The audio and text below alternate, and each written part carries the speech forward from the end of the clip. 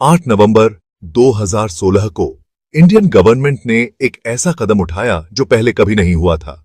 उन्होंने अचानक से सारे 500 और 1000 के नोट बंद करने का ऐलान कर दिया। ये नोट, जो उस समय चलन में मौजूद कुल पैसों का 86% थे, रातों रात खत्म कर दिए गए। इस खबर से पूरे देश में हड़कंप मच गया। लोग अपने पुराने नोट बदलने के लिए नए नोट पाने के लिए मारे मारे फिरने लगे। बैंकों और एटीएम के बाहर लंबी लंबी कतारें लग गईं क्योंकि लोग इस अचानक हुए बदलाव से परेशान थे। इस नोटबंदी के पीछे सरकार के मकसद साफ और महत्वाकांक्षी थे।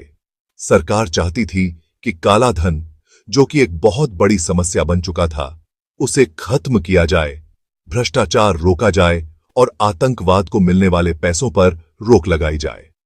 बड़े नोटों को बंद करके सरकार को उम्मीद थी कि जो पैसा गैर कानूनी तरीके से इकट्ठा किया गया है, वो बाहर आ जाएगा।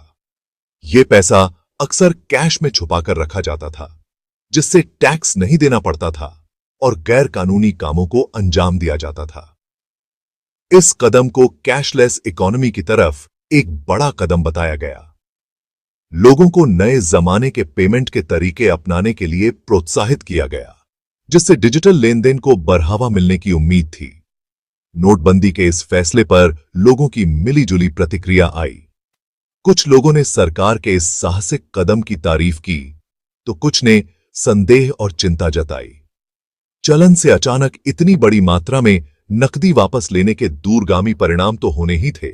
भारतीय अर्थव्यवस्था और समाज पर इसके क्या प्रभाव पड़ेंगे, इस पर खूब बहस हुई और तरह तरह के कयास लगाए गए।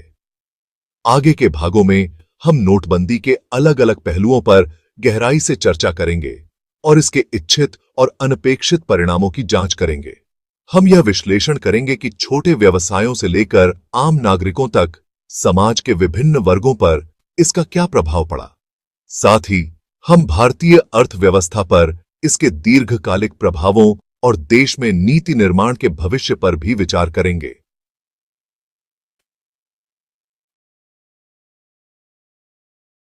नोटबंदी का एक मुख्य उद्देश्य भारत को कैशलेस इकोनॉमी बनाना था।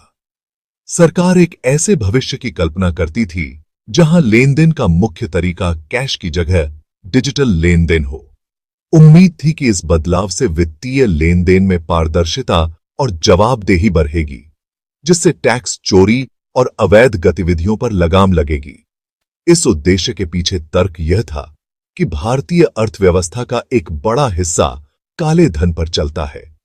यह अनौपचारिक अर्थव्यवस्था नकद लेनदेन पर निर्भर करती है, जिससे सरकार के लिए इस माध्यम से होने वाली आय का पता लगाना और उस पर टैक्स लगाना मुश्किल हो जाता है। लोगों को अपना कैश बैंकों में जमा करने के लिए मजबूर करके सरकार का लक्ष्य इस छिपी हुई संपत्ति को औपचारिक अर्थव्यवस्था में लाना था। इससे न केवल कर आधार बढ़ता, बल्कि लोगों के लिए बेहिसाब संपत्ति जमा करना भी मुश्किल हो जाता। इसके अलावा सरकार का तर्क था कि नोटबंदी से भ्रष्टाचार के खिलाफ लड़ाई में मदद मिलेगी। रिश्वतखोरी, जो भ्रष्टाचार की जड़ है, अक्सर बड़ी मात्रा में बेहिसाब नकदी के लेनदेन पर निर्भर करती है।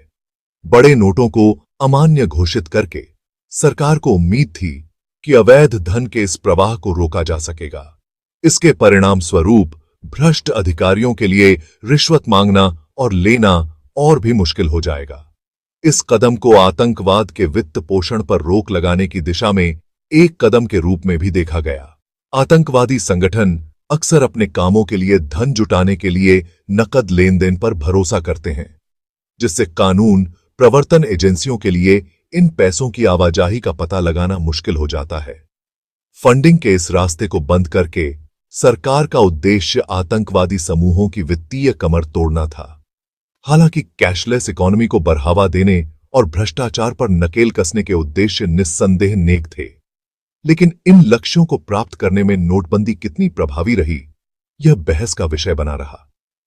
आगे के भागों में हम इस बात की जांच करेंगे कि ये उद्देश्य किस हद तक हासिल हुए और इस प्रक्रिया में कौन से अनपेक्षित परिणाम सामने आए।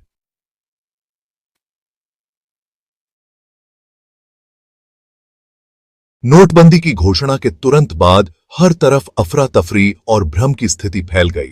चलन में मौजूद 4% करेंसी को अचानक वापस लेने से लोगों में दहशत फैल गई। लोग अपने पुराने नोट बदलने के लिए बैंकों और एटीएम पर टूट पड़े, जिससे लंबी लंबी कतारें लग गईं और लोगों को घंटों इंतजार करना पड़ा।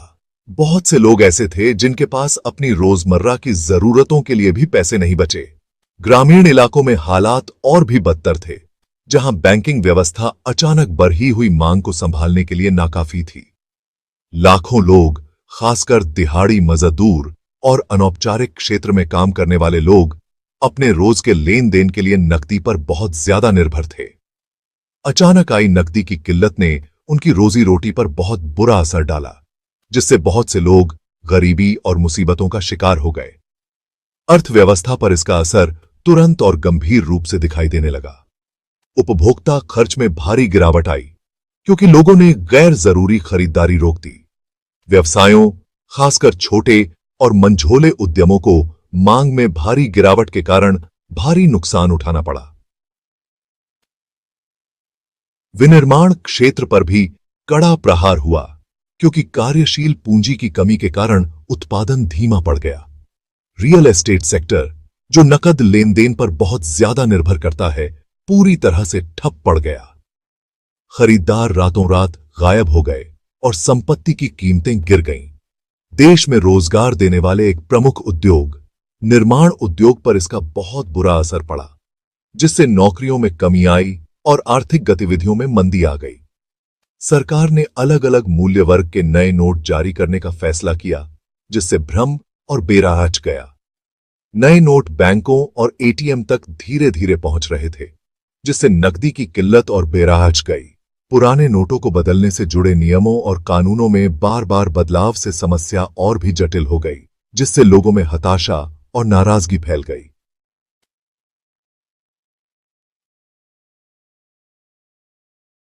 धारा 4, डिजिटल उछाल।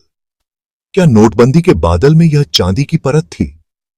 अफरा तफरी और आर्थिक उथल पुथल के बीच डिजिटल लेन देन में उल्लेखनीय वृद्धि के रूप में एक उम्मीद की किरण दिखाई दी। इससे मोबाइल वॉलेट, यूपीआई और इंटरनेट बैंकिंग जैसे डिजिटल भुगतान प्लेटफॉर्म को तेजी से अपनाया जाने लगा। व्यापारियों और उपभोक्ताओं को डिजिटल भुगतान के तरीकों का उपयोग करने के लिए प्रोत्साहित करने के लिए प्रोत्साहन दिए गए। डिजिटल लेन देन को अपनाने में हुई इस वृद्धि को नोटबंदी का एक सकारात्मक परिणाम के रूप में देखा गया। धारा 5, अनपेक्षित पीड़ित। छोटे व्यवसाय और अनौपचारिक क्षेत्र। जहां एक तरफ सरकार नोटबंदी के दीर्घकालिक लाभों का बखान कर रही थी, वहीं समाज के कुछ वर्गों पर इसका तात्कालिक प्रभाव विनाशकारी था। भारतीय अर्थव्यवस्था की रियर एज कहे जाने वाले छोटे व्यवसायों और अनौपचारिक क्षेत्र को अचानक आई नकदी की किल्लत का सबसे ज्यादा खामियाजा भुगतना पड़ा। छोटे व्यवसाय, खासकर वे जो असंगठित क्षेत्र में काम करते हैं, अपने लेन देन के लिए काफी हद तक नकदी पर निर्भर थे। बड़े नोटों को अचानक बंद करने से उनकी आपूर्ति श्रृंखला बाधित हुई, जिससे बिक्री और राजस्व में भारी गिरावट आई। बहुत से छोटे व्यवसायों को अपना कामकाज बंद करने के लिए मजबूर होना पड़ा, क्योंकि उन्हें अपने आपूर्तिकर्ताओं और कर्मचारियों को भुगतान करने में भी दिक्कत होने लगी थी। अनौपचारिक क्षेत्र, जो देश के एक बड़े कार्यबल को रोजगार देता है, पर इसका और भी बुरा असर पड़ा। दिहाड़ी मजदूर, रेहड़ी पटरी वाले और निर्माण, घरेलू काम और परिवहन जैसी अनौपचारिक नौकरियों में काम करने वाले लोगों के पास आय का कोई स्रोत नहीं बचा था। सामाजिक सुरक्षा व्यवस्था न होने और औपचारिक ऋण तक पहुंच न होने के कारण उनके लिए आजीविका के अचानक हुए इस नुकसान से उबरना असंभव हो गया था। नोटबंदी ने अनौपचारिक क्षेत्र की नाजुक स्थिति और इसे औपचारिक बनाने की तत्काल आवश्यकता को उजागर किया। डिजिटल लेनदेन और वित्तीय समावेशन को बढ़ावा देने के सरकार के बाद के प्रयासों का उद्देश्य इनमें से कुछ मुद्दों का समाधान करना था। हालांकि अनौपचारिक क्षेत्र पर नोटबंदी के दीर्घकालिक प्रभाव और इस सदमे से उबरने की इसकी क्षमता पर बहस जारी रही।